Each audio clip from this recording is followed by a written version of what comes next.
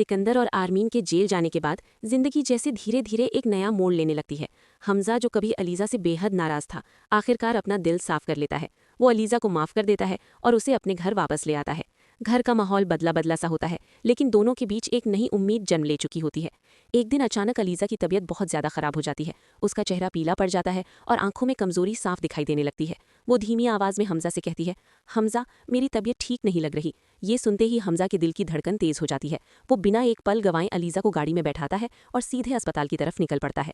अस्पताल पहुंचते ही डॉक्टर अलीज़ा को तुरंत इमरजेंसी रूम में ले जाते हैं। हमजा बाहर बेचैनी से टहलने लगता है। उसकी आंखों के सामने सिर्फ अलीज़ा का चेहरा घूम रहा होता है। हर गुजरता हुआ पल उस पर भारी पड़ रहा होता है। कुछ देर बाद डॉक्टर बाहर आती है और हमजा को अपने पास बुलाती है। हमजा की सांसें थम सी जाती हैं।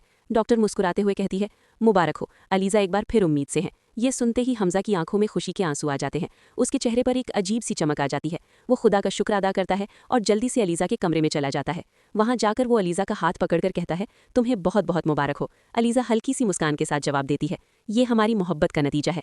लेकिन खुशी का ये पल ज़्यादा देर तक कायम नहीं रहता। उसी वक्त हमजा का फ़ोन बजता है। तय्यम घबराई हुई आवाज़ में बताता है कि निम्रा की तबीयत बहुत ज़्यादा ख़राब हो गई है और उसे फ़ौरन घर आने को कहता है। हमजा बिना देर किए अलीज़ा को साथ लेकर घर पहुंच जाता है। घर का माहौल गमगीन होता है। निम्रा कमरे में कमज़ोर हालत में पड़ी होती है। तय्यम उसके पास बैठकर अपनी दिल की बात कह देता है।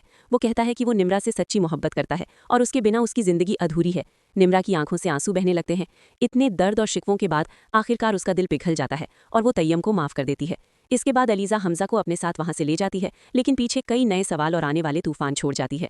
तो दोस्तों, अगला एपिसोड देखना बिल्कुल मत भूलिएगा। वीडियो को लाइक करें और चैनल को सब्सक्राइब जरूर करें।